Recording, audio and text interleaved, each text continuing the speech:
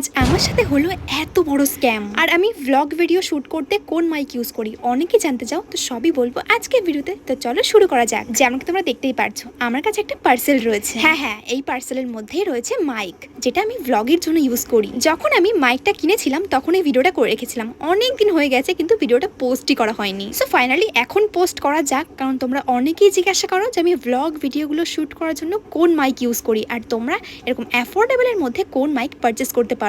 So খুব helpful হতে চলেছে আজকের ভিডিও। সাথে একটা স্ক্যামও হয়েছে, সেটা লাস্টে দেখতে পারবে তোমরা। তো চলো এটা আনবক্সিং করা যাক। একদম মন খুশি হয়ে আনবক্সিং করছিলাম, হঠাৎ করে একদম আনবক্সিং করতে গিয়ে জাস্ট মাইকটা নিচে ধাপ করে পড়ে গেল। আমার তো ভয় লাগছিল, ভাই নতুন মাইক ভেঙে গেলে কি হবে আমার। কিন্তু এটাই হচ্ছে ভালো খবর যে না, কিছুই হয়নি। সো চলো মাইকটাকে এবার আনবক্সিং করা যায়। এই মাইকটার নাম হচ্ছে গ্রিন আরো, যেটা তোমরা অ্যামাজনে সার্চ করলে ইজিলি পেয়ে যাবে। আমি নিয়েছিলাম এই কম্বোটা, যার মধ্যে ছিল দুটো মাইক। দেখো এটা কিন্তু সিঙ্গেল মাইকে অ্যাভেলেবেল রয়েছে, বাট আমি মনে করি ব্লগ করার জন্য দুটো মাইক থাকা খুব ইম্পর্টেন্ট। ধরো যদি আজ আমি আর আমার ভাই ব্লগ করতে বেরোই, তাহলে শুধুমাত্র একটা মাইক থাকলে শুধুমাত্র আমার শব্দ শোনা যাবে, কিন্তু ভাই শব্দ শোনা যাবে না। এই জন্য আমার কাছে মনে হয় যে দুটো মাইক থাকা খুবই দরকার, কারণ দুজন মিলে তো সবসময় একা ব্লগ করা পসিবল হয় না। এই কারণে আমি দুটো মাইকটাই নিয়েছি। দেখো এটার দাম পড়েছে 2500 টাকা। আর যদি তোমরা সিঙ্গেল মাইক নাও তাহলে 1500 টাকা মতন পড়বে বা 1600 টাকা মতন পড়বে। তো আমি তোমাদেরকে এটাই বলবো যে একটু কষ্ট করে দুটো মাইক নিয়ে নাও, তাহলে সব থেকে ভালো হবে। আর হ্যাঁ, অবশ্যই এই মাইকটাকে চার্জ দিতে হয়, যার সাথে একটা চার্জারও রয়েছে। আর রয়েছে একটা ছোট্ট, এটাকে কি বলে আমি জানি না, যেটা আইফোনের জন্য ইউজ করতে হয়, অ্যান্ড্রয়েডের জন্য এটা ইউজ করতে লাগে না। তো আমি যেহেতু আইফোন ইউজার, তো আমার জন্য এটা খুব ইম্পর্টেন্ট। তোমরা একটু সাউন্ড শুনে নাও। হাই গাইস, তোমরা অরিজিনাল সাউন্ডটা শুনে নাও কেমন লাগছে। Okay bye.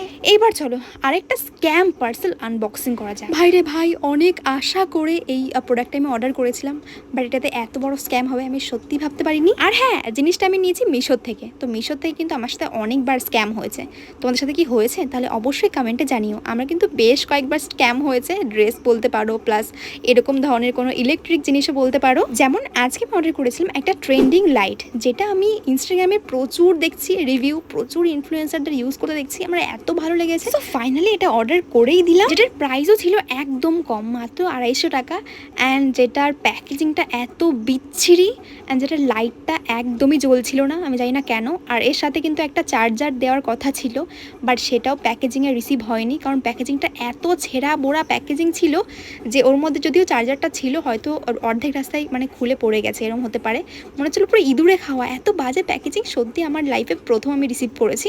অ্যান্ড আমি চেষ্টা করেছিলাম যে অন্য কোনো চার্জার একটা চার্জ হয় কিনা, কিন্তু আমার কাছে যে চার্জার ছিল, মানে টাইপ সি ছিল, আইফোনের চার্জার ছিল, কোনোটাতে কোনো কাজ হচ্ছে না। মানে আমার মনে হচ্ছিলো যে আমার 250 টাকাটা বেকার চলে গেল। রিটার্ন পলিসিও ছিল না, মানে এত বাজেভাবে স্ক্যাম হয়েছে আমার সাথে এদিনটা, কি আর বল। আচ্ছা, তোমরা কি লাইটার ভিডিও কোনোদিন ইউটিউবে দেখেছো বা ইনস্টাগ্রামে দেখেছো? আমায় জানিও তো প্লিজ। তারপরে আমি আমার ভাইয়ের সাথে কথা বললাম। তো ভাইয়ের কাছে একটা অনেক পুরোনো চার্জার ছিল, যেটা মানে আনফর্চুনেটলি এটা মানে সেট হয়ে গেছে এর সাথে। তারপর দেখলাম লাইটটা বেশ ভালোই লাগছে। তো এরকম ধরনের ছোটো ছোটো প্রোডাক্ট শ্যুট করতে আই থিঙ্ক লাইটটা ভালোই কাজ দেবে। কিন্তু বিশ্বাস করো, এই লাইটটার চার্জ আধা ঘন্টার বেশি টেকেই না, মানে কিছুক্ষণের মধ্যেই পুরো মানে বন্ধ হয়ে যায়। মানে কি বাজে, একদমই ভালো না এটা। যাই হোক, থ্যাংকস ফর ওয়াচিং।